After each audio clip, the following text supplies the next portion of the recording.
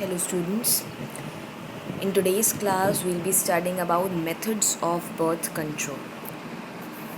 In the earlier class we studied two of the methods of contraception, natural method and the barrier method. In today's class we'll be covering the rest of the four methods, which are intrauterine devices, oral contraceptives, injections and implants, and the surgical method. Let us start with intrauterine devices. Intrauterine devices are the devices which are only used by females. They are inserted by doctors or nurses in the uterus through vagina. They are of three types: non-medicated IUDs, copper releasing IUD, and hormone releasing IUD.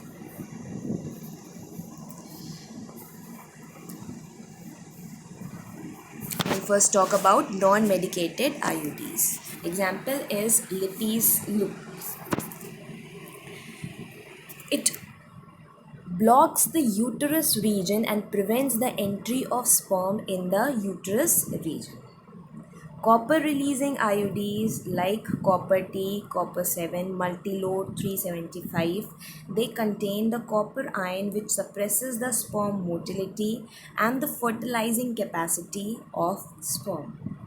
It also leads to phagocytosis of sperm or killing up of the sperm.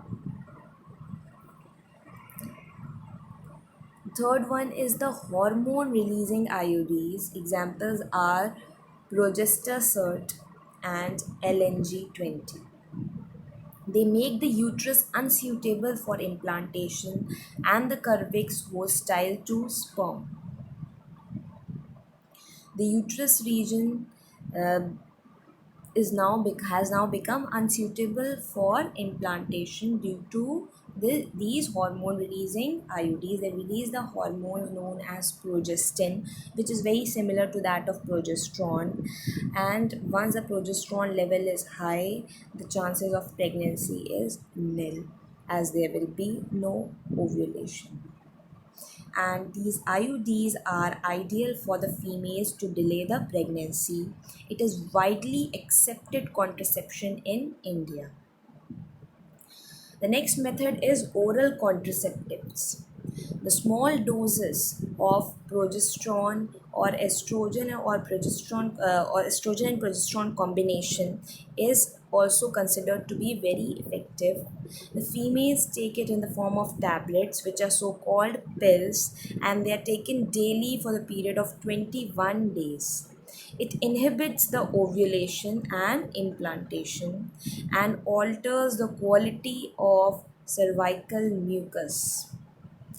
By taking these pills, no ovulation will be there. When there will be no ovulation, no chances of pregnancy will be there.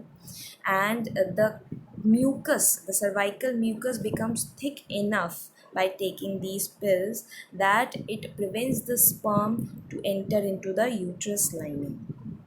These methods are very effective with less side effects. Very commonly used contraceptive pill is Saheli. It is non-steroidal preparation and taken once in a week. Another one is injections or implants. Progesterone, either taken alone or in combination with estrogen, can be used as injections also or implants under the skin of female. Their action is very similar to that of pills, and they're effective for longer period of time. Progesterone or combination of estrogen and progesterone or IUDs, they work within 72 hours of coitus in case of emergency contraceptives. If taken within 72 hours of the coitus, they may act as a contraceptive pill, and it may avoid the condition of, it may avoid, help you to get rid of the condition of rape or unprotected intercourse.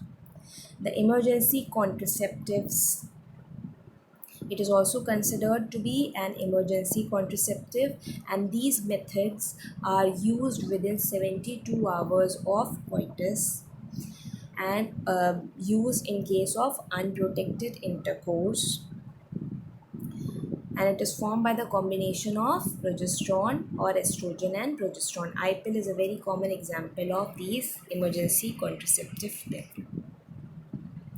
This diagram shows all the methods of contraception, just like oral contraceptive method, which works to control the ovulation. It avoids the ovulation if there is no ovulation. Since the progesterone level has been increased by taking oral contraceptive pills, no ovulation means no pregnancy. Barrier method, it acts as a barrier and blocks the cervical region to prevent any chances of pregnancy. Intrauterine device is being inserted into the uterus region and it blocks the uterus region to avoid the entry of sperm into the uterus. Next is the surgical method. It is also known as sterilization method. It is most effective method and very commonly used by males and females. It blocks the gamete transport in both cases, females as well as males. The sterilization in male is known as vasectomy and in females is known as tubectomy. We study about vasectomy in males first. This is a diagram showing vasectomy in which the vas deferens is being cut and it is being tied up to avoid the sperm produced by the testes to reach to the penis region. In next case, tubectomy, which is being practiced in females, the fallopian tube is being cut and the ends are being sealed, being tied up to avoid the sperm meeting to the egg in the fallopian tube. It is highly effective and the reversibility is very poor in this case. There are chances that these knots get open and the chances of pregnancy is still there. So no method, no contraceptive method is 100% effective. There are still chances of the female getting pregnant. There is a process known as medical termination of pregnancy. It is very commonly known as induced abortion. The intentional termination of pregnancy is known as medical termination of pregnancy or induced abortion. 45 to 50 million MTPs occur in a year across the world.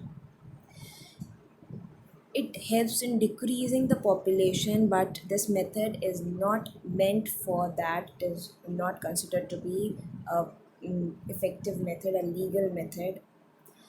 It's, although it has been legalized due to the emotional, ethical, religious and social issues, Government of India has legalized it in 1971, but with certain restrictions, strict restrictions to check its indiscrimination and the illegal female feticide practice which is taking place. MTP helps to get rid of helps the female to get rid of pregnancy due to unprotected intercourse, failure of contraceptives, rapes, pregnancy which may be fatal to the mother or fetus. This method is safe within the first trimester within 12 weeks, but the second trimesters the abortions become quite riskier. It is considered to be illegal, unsafe, and fatal, and can be avoided by counseling. The misuse of amniocentesis should be avoided. There are two methods of medical termination of pregnancy. First one is dilation and curettage. Next one is vacuum aspiration. We'll start with dilation and curettage, which helps in abortion. In this method, the cervix region is being holded up by the tenaculum, and this cervix region is holded up by the tenaculum, and this current device is being held in such a way that the cervix region is being dilated up and the uterus region is being visible. And then a very sharply pointed object is being inserted into the uterus region, and it breaks the fetus inside along with the placenta, and it breaks it into small pieces, and these pieces are being removed off through the device. Later on, this current device is being used to scrap off the linings of uterus so that none of the small piece of the fetus or the placenta is still present in the uterus lining. This method is considered to be is not considered to be very painful, but the female may feel certain cramping kind of feeling the female observes.